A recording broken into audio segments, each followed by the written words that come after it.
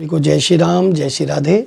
आइए माघ मास महात्म की इस पावन ज्ञान गंगा के 12वें अध्याय रूपी अमृत धारा में हम सब मिलकर गोते लगाएं। और विष्णुदूत ने आगे विकुंडल को कहा कि हे विकुंडल, एकादशी का व्रत मोक्षदायक है, मोक्ष प्रदान करता है। देखिए, मोक्ष का अर्थ मरने के बाद मोक्ष ही नहीं होता, मुक्ति इस शरीर के रहते ही प्राप्त हो सकती है। सुनी समुझई जन मुदित मन मज्जहि अति अनुराग, लहहि चार फल अछत तनु साधु समाज प्रयाग। सत्संग की महिमा में ये, सत्य के संग की महिमा में ये आया है कि यदि कोई सत्संग को, भगवान के नाम को, यदि कोई सत्य को जान ले इस शरीर के रहते ही, सुनी समुझई, सुने समझे, जन मुदित मन मज्जे अति अनुराग, उसके बाद उसमें उसका फिर चिंतन करे, उसके बाद उस राह पर जाए, मज्जहि अति अनुराग, लहहि चार फल, तो उसको चारों फलों की प्राप्ति। चार फल कौन से? इस जीवन के, इस संसार के सर्वश्रेष्ठ चार फल जो बताए गए हैं वह है धर्म, अर्थ, काम, मोक्ष। तो ये चारों फल प्राप्त हो जाते हैं उसको। कैसे? अछत तनु, लाही चार फल अछत तनु, इस शरीर के रहते रहते। अछत तनु माने जब तक ये शरीर नष्ट होता नहीं होता उससे पहले ही। साधु समाज प्रयाग, तो ये संत समाज रूपी जो प्रयाग है, जो मानसिक, जिसका जो अंतर्मुखी होने का जो फल बताया है वो यही है कि एकादशी यानी पांचों ज्ञानेंद्रियां, पांचों कामेंद्रियां और मन पर जिसका काबू है और जिसका कंट्रोल है, अर्थात जो उनको वश में रखने का प्रयास करता है, उसका व्रत करता है, त्याग करता है, तो उसको एकादशी का पूर्ण फल मिलता है। वर्ष की सभी एकादशियों को समान मानना चाहिए, कोई उनमें भेद नहीं है, कोई कृष्ण पक्ष, शुक्ल पक्ष, कोई ऐसा कोई भेद नहीं है। तो बड़ी पुण्य प्रदायक है और सभी एकादशियों का व्रत करने से इस लोक में सभी सुख और अंत में मोक्ष की प्राप्ति होती है। विकुंडल से आगे विष्णुदूत कहने लगे कि वर्ष में मात्र एकादशी का एक एकादशी भी यदि कोई विधि पूर्वक पालन कर ले तो निश्चित रूप से यम यातना और यम पास से वो मुक्त हो जाता है। वैसा पापनाशी व्रत तीनों लोकों में कोई नहीं बताया, एकादशी जैसा कोई व्रत बताया नहीं। बिना एकादशी व्रत कैसे, हमारी पुरानी मातृशक्तियाँ गाया करती थी, बिना एकादशी व्रत कैसे। तो बड़ा, एकादशी जिसने नहीं की उसने जीवन में कोई व्रत किया ही नहीं। व्रत लेना है तो एकादशी कर लो, लेकिन एकादशी को जानो, समझो पहले। एकादशी के दिन मनुष्य जो व्रत न करके विष्णु दिवस की उपेक्षा करता है तो उसकी काया पाप मुक्त नहीं होती। महीने में 2 दिन तो हमको कम से कम अन्न त्याग करना ही चाहिए। चाहे आप इसको एकादशी मान के मत करो, लेकिन वैसे ही आपको 15 दिन में एक बार कम से कम अन्न का त्याग एक समय का करना ही चाहिए, फलाहार लेना ही चाहिए। उस दिन मत खाओ तेल घी, उस दिन मत खाओ नाना प्रकार के व्यंजन, उस दिन केवल फल पे रहो, उस दिन केवल निराहार रहो। पहले रह सकते हैं तो, नहीं रह सकते तो फलाहार रहो। तो इससे सुंदर शरीर में भी आपको निरोगता प्राप्त होगी और आपका मन भी शुद्ध होगा। जैसा खाओगे अन्न वैसा होगा मन, ऐसा भी कहा गया है। तो क्योंकि अन्न के रस से ही हमारे विचारों का निर्माण होता है, तो हम जैसा अन्न खाएंगे वैसे ही हमारे अंदर वो विचार फिर प्रविष्ट होंगे, वो वैसे ही बनेंगे। इसलिए कहते हैं सात्विक भोजन करो, तो उनके रसों से हमारे अंदर विचार उत्पन्न होते हैं, उसी को मन कहा है। तो ये एकादशी व्रत समस्त भोगों, सुलक्षणा पति पत्नी, योग्य पुत्र, धन धान्य और आरोग्य और यश देने वाला है। दैहिक दैविक तापों का नाश करने वाला है। एकादशी के व्रत के समान दोनों लोकों में सुख की कामना करने वाले को एकादशी का व्रत अवश्य ही करना चाहिए। जो श्रद्धालुजन एकादशी का व्रत धारण करके रात्रि जागरण करते हैं, एकादशी का जागरण बहुत प्रसिद्ध है, करना चाहिए। जितना समय हो सके आप भगवान नाम सुमिरन में समय बिताइए। अगर आपका भगवान नाम सुमिरन करते करते यदि आपको निद्रा आ भी गई तो, और सुबह उठते ही फिर आपने उसी नाम सुमिरन को कर लिया, तो आप अगर सो भी गए तो उतनी देर का भी आपको उस नाम जप का पूर्ण फल प्राप्त हो जाएगा। इसलिए कहते हैं शयन से पहले भगवान का नाम लो और उठते ही भगवान का नाम लो, इसका इतना प्रभाव है। और जो लोग कीर्तन करते हैं, भगवान का जप सुमिरन नाम लेते हैं, वे उनके पुण्य प्रताप से उनके मातृपक्ष पितृपक्ष की 10-10 पीढ़ियों का उद्धार हो जाता है। भगवान के विष्णुदूत ने आगे कहा विकुंडल से कि समस्त एकादशी व्रत को करते तथा माघ स्नान करने से सभी वर्ण के धर्मों और के स्त्री पुरुषों को समान अधिकार है, इसमें कोई भेद नहीं है, कोई वर्ण व्यवस्था का कोई इसमें विचार नहीं है, सबको करना चाहिए।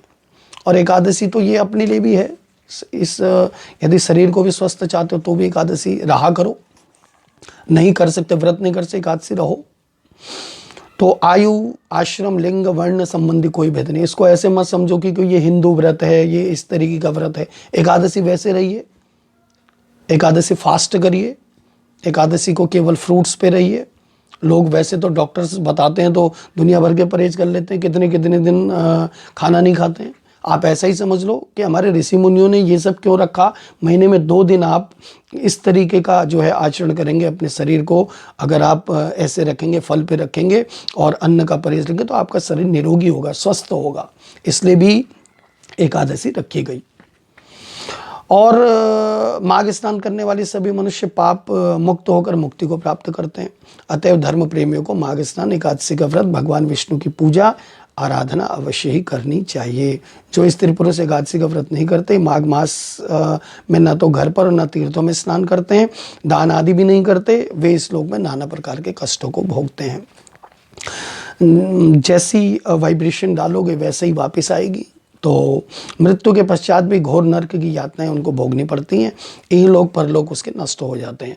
प्रत्येक व्यक्ति को चाहिए कि माघ स्नान और अन्य व्रत स्नान ध्यान धर्म तथा धर्म को दान धर्म को अवश्य ही करते रहना चाहिए।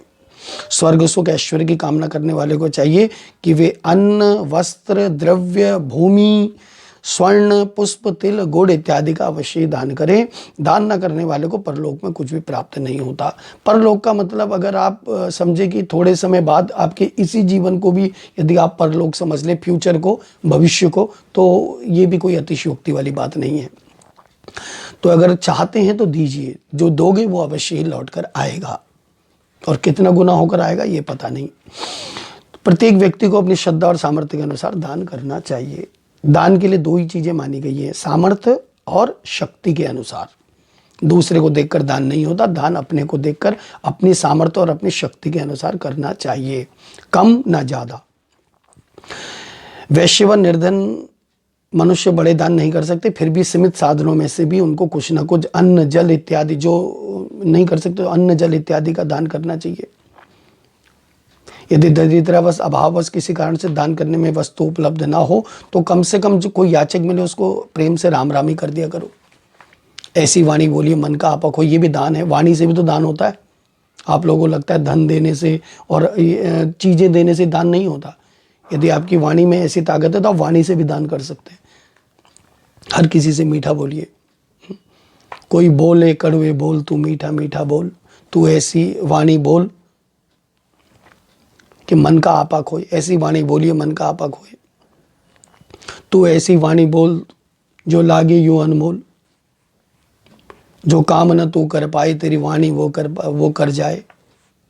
तब इतना समझ लेना अब हरि से मिलन होगा। बड़ा सुंदर भजन है, कभी प्रेम भाव कभी बना तो कभी गाएंगे।